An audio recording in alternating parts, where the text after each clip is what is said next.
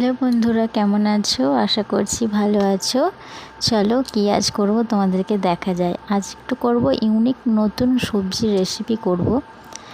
প্রায়শই দেখেছো আমি মাটন চিকেন এসবই মাছ টাছ এসবই বানাই, তাই আজকে আমি তোমাদের সঙ্গে একটু অন্যরকম রেসিপি শেয়ার করব।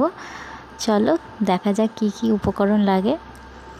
আজকে আমি করব ঝিঙে আর কি বলে হুঁপো দিয়ে আলু দিয়ে একটা ইউনিক ধরনের রেসিপি আমি তোমাদেরকে করে দেখাবো।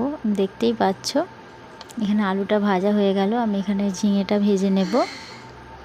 ভালো করে ভেজে নিয়ে ঝিঙে দিয়ে জল ঝরছে, মানে জলটা বেরোচ্ছে, দেখতে পাচ্ছ। ঝিঙেতে এমনি জলটা বেশি, আমি জন্য ভেজে ঝাঁঝরিতে ঝরতে দিয়েছিলাম।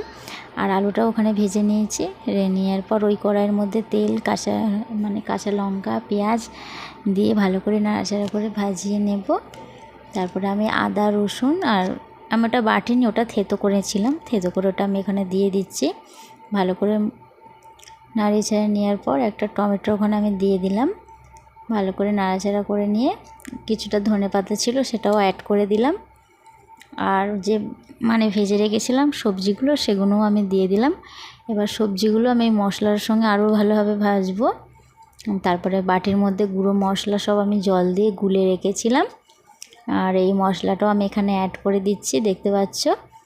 ভালো করে মশলাটা, গ্যাসের ফ্লেমটা আমি আস্তে করে দিয়েছি, ধরে যাচ্ছিল বলে। ভালো করে মশলাটা কষিয়ে নেব।